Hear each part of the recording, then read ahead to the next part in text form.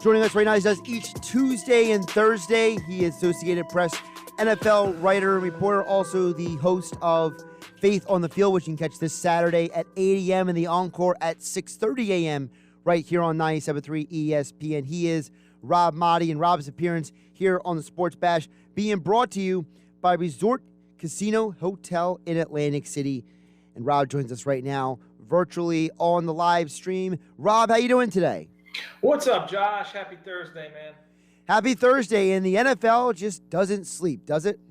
No, not at all. There's constant things going on in the NFL. Pretty cool that they announced today. I guess they announced it today. They told me a couple days ago, we put it out, about the Inspire Change program. That's going to continue with the stenciling on the field, the helmet decals, and everything else that those guys are doing. It's a pretty cool venture that they're continuing this year. But man, roster cuts, and the shuffling now, right? You talked about this with me on Tuesday. It wasn't the final 53-man roster. It was the first 53-man roster. So we're seeing tweaks and constant stuff happening there, and practice squads and all that. So it's going to be, hey, man, we're 7 days away from kickoff. I'm fired up right about now. This time next Thursday, I'll be at Tampa, Dallas, getting ready for the NFL kickoff special. So that's real exciting news. That is definitely exciting. 7 days for that, 10 days for the Eagles to start their season. I want to start with the guy who spoke to the media yesterday. We hadn't heard from him for a while, Zach Ertz. We finally got to hear from Zach Ertz himself. And Rob, I feel like that was very refreshing to hear from Zach, because, when you hear from an athlete who is that thoughtful and that, willing to be open and honest about things, I think it really tells you that this is a guy who, he really generally means it, that he didn't want to burn down the city, as he called it, that he really cares about Philadelphia, that he wants to retire as an Eagle. Like, it was genuine what was coming out of his mouth. Absolutely, Josh. And there are so many different ways that Zach Ertz could have forced his way out of Philadelphia. He could have talked truly how he felt about what the organization said, did, and anything else. There's so much that he kept to himself, and that just speaks to who he is as a person. That speaks to his character. He did not want to throw anyone under the bus. He was not going to publicly bash Howie Roseman or anyone in that organization. And the same goes for a guy like Carson Wentz. Even though he left Philly and he didn't want to be here at the end, there was a lot that went into that, and he never said a bad word publicly or privately about the Eagles. And Zach and Carson are both of that. They're just the same kind of character guy. And I didn't expect Zach Ertz to say anything else than what he did yesterday. And I thought that was very, as you said, refreshing, that he's honest. He's very thoughtful. He really thinks about what he's going to say. He has an appreciation for the media and the job that we have. And he has a deep appreciation for the city of Philadelphia and the fan base. And it wasn't all peaches and cream with Zach Ertz. You remember the Cincinnati Bengals game several years? That may have been Carson's first season. I think that was 2016.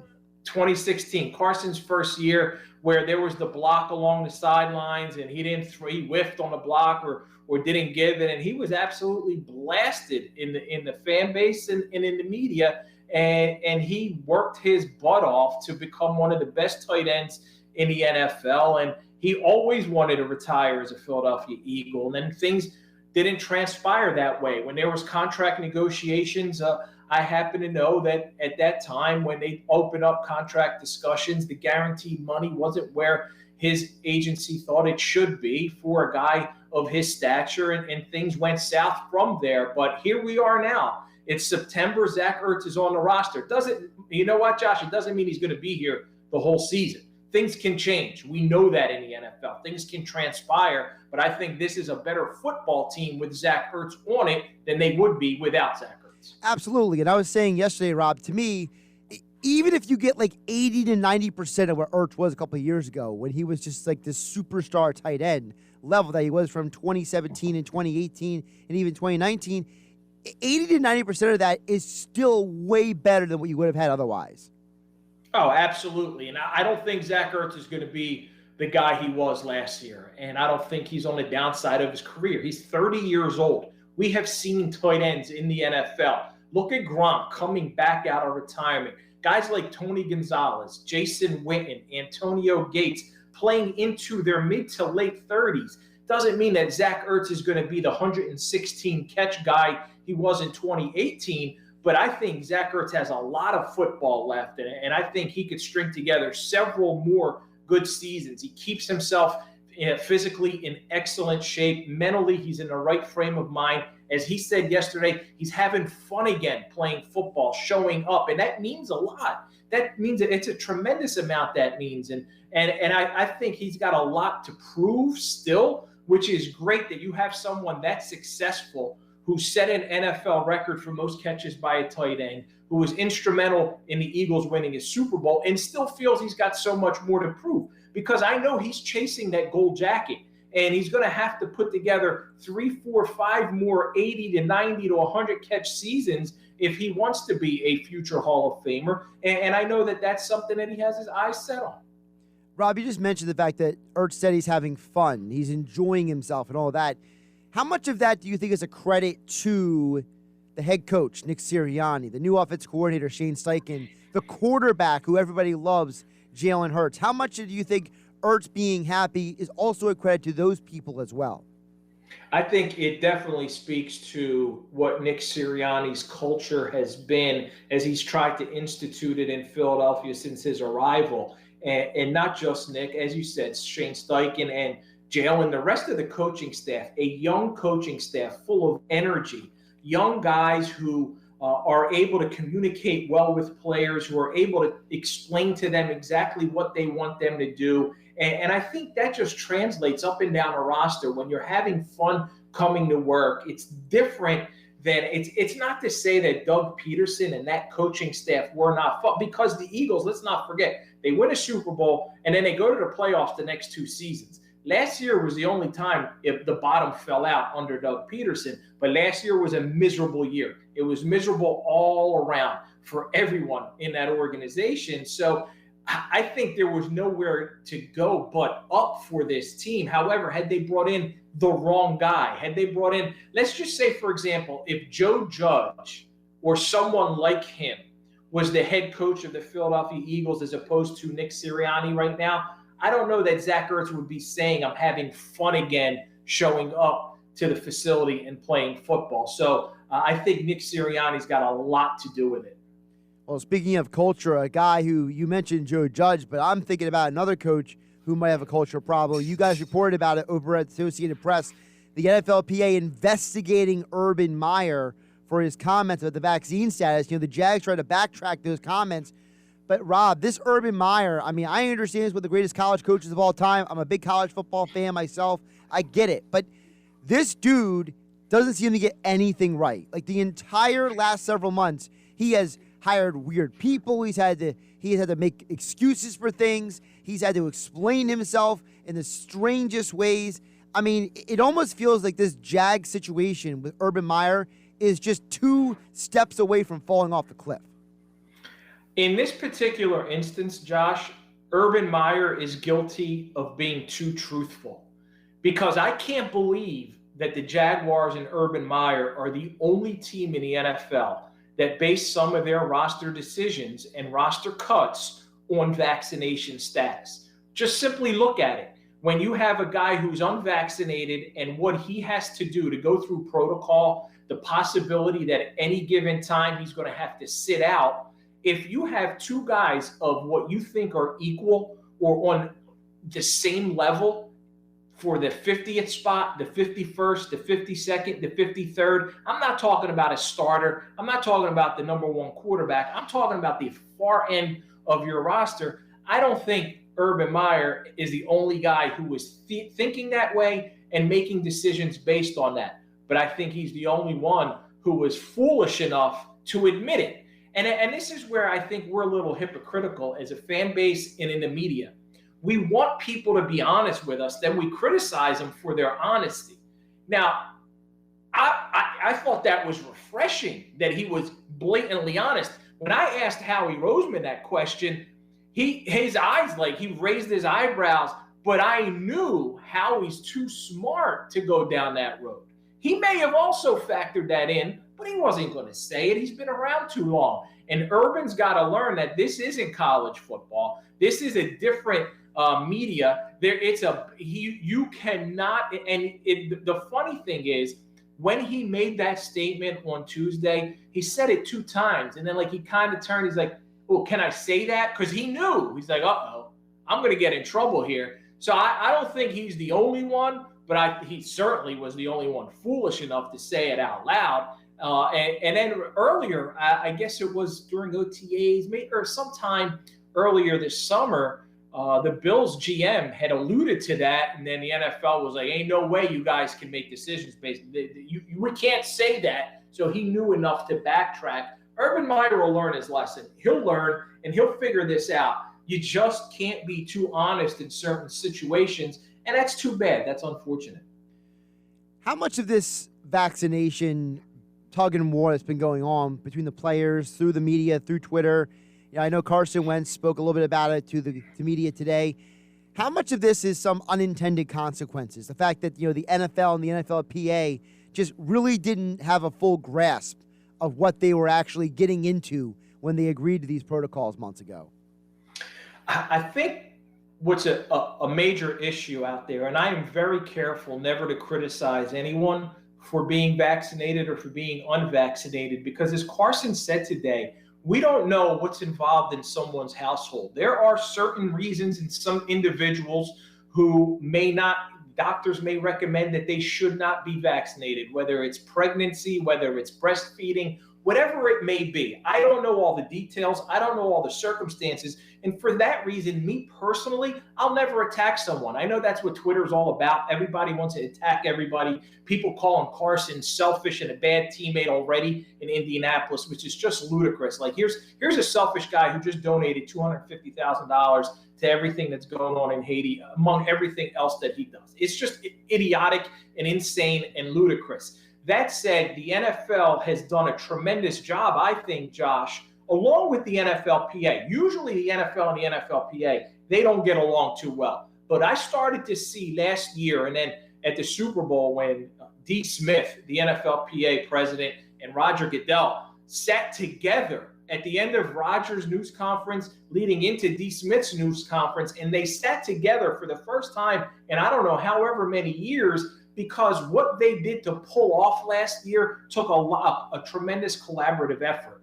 And I think they've been in sync, collaborating on all of these protocols, and they've done a pretty good job. Last week it was 93%. I would imagine that's gone up a little bit higher. But when you have 93% of all NFL players vaccinated, wow, that's an incredible accomplishment by the NFL, but they basically forced their players to do it by instilling all these protocols. The protocols are you can't even eat with your teammates if you're unvaccinated. You got to go through this every single day, the testing. So I think there's certain things they still got to tweak, because the NFLPA and the NFLPA's best interest always has to be the players, and the league has to be the entire league as a whole. So they'll have some back and forth. They'll have some conversations.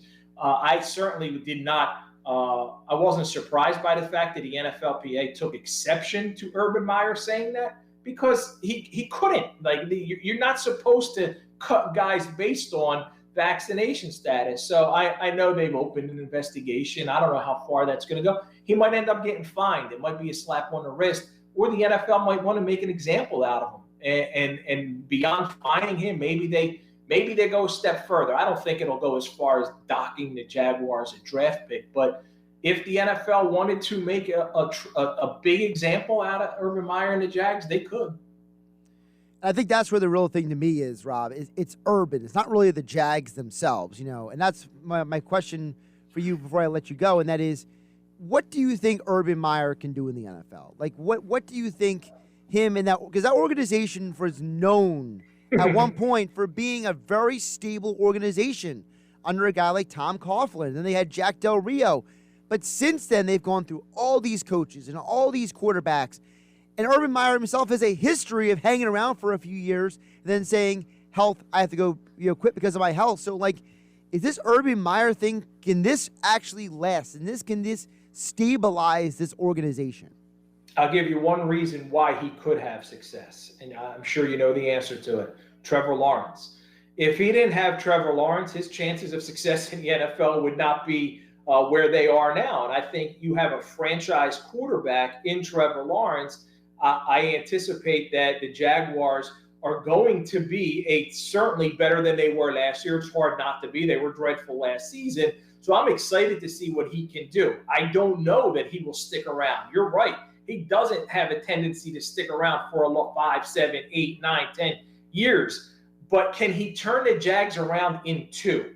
Can this team get to a 6-win status, 7-win status in Trevor Lawrence's rookie season and then be competitive enough? I don't look at the AFC South as a division that whether the Colts or the Titans win that division, Houston's terrible and should be for a while. I think the Jags could be competitive in that division by next year. And that to me would be a little bit of a successful run for Urban Meyer. But as far as his longevity, I'd probably be closer to what you're thinking, and he's not going to be there for a whole heck of a lot of years. He's Rob Maaddi, Associated Press NFL writer, joins us every Tuesday and Thursday here on the Sports Bash on 97.3 ESPN. Also, Rob is the host of Faith on the Field, which you can hear this weekend, 8 a.m. this Saturday, 6:30 a.m. this Sunday on 97.3 ESPN. Rob, who do you got this weekend?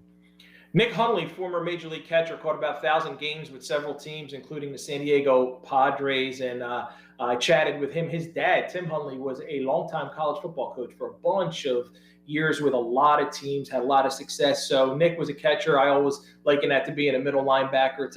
It's a very cool conversation. He after his playing career, which he just retired in 2019, he worked for MLB, and he was part of how do we make Major League Baseball a little bit more attractive to the younger generation. So he worked on that for a little bit and now moved over to working with International Justice Mission, helping fight against human trafficking and slavery. So tremendous respect for what he does now. And it's a really cool conversation.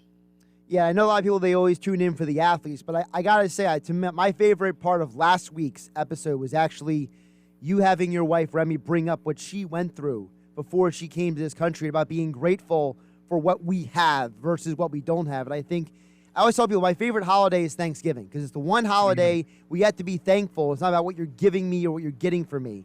So to me, that was actually the best part of the conversation last week. Josh, I appreciate that, man. I appreciate your support. A lot of people don't know that about my wife, Remy. She moved here from Egypt when she was 15 years old. But as a teenager, early teenager and as a young kid going to church there, it's not to say like you and I can go to church and worship freely. For them, it's scary. And she talked about that last week, how difficult it was. Like sometimes they would be sitting there in church going, hey, could this be the day that we get bombed for being here? So that's a great example of just being grateful and thankful for all the freedoms that we have here in our country. And before I go, I'm down here now in Florida, but my hometown up there in South Jersey was hit hard with tornadoes. Mullica Hill. I lived in Mantua, right down the road from Mullica Hill, where we would listen to 97.3 ESPN, and I just feel for all those people, tremendous devastation and loss. So prayers go out to everybody over there. And the wild thing is, it actually could have been worse because Louisiana got it way worse than even we did up here. Parts of Philadelphia today are underwater, but there are parts of Louisiana that are going to be without power for 20 days, they say. It's one of those things where it's like, always be thankful for what you have because you know what? It sounds a little ridiculous, some people, but it always could be worse. Josh, you're right, man. And we complain about sports. We complain about this and that and the other thing. And Joel Embiid's comments yesterday, I'm sure was a big topic for you. Yep. I spent most of my afternoon watching the Phillies. They come rallying from a 6-0. I was like, how about them Phils coming back from a 6-0? And I'm like, this isn't real life. This isn't like, look what's going on back home in Jersey, in Philly, and as you pointed out, Louisiana. So appreciate all your blessings, man. And that's just a great reminder. Thank you for bringing it up. Absolutely. Faith on the Field this Saturday at 8 a.m., Sunday at 6:30 right here on 97.3 ESPN. Rob Maaddi will be back on Tuesday when Mike Gill returns here on The Bash on 97.3 ESPN. Rob, great stuff today. Thank you, man. Have an awesome weekend.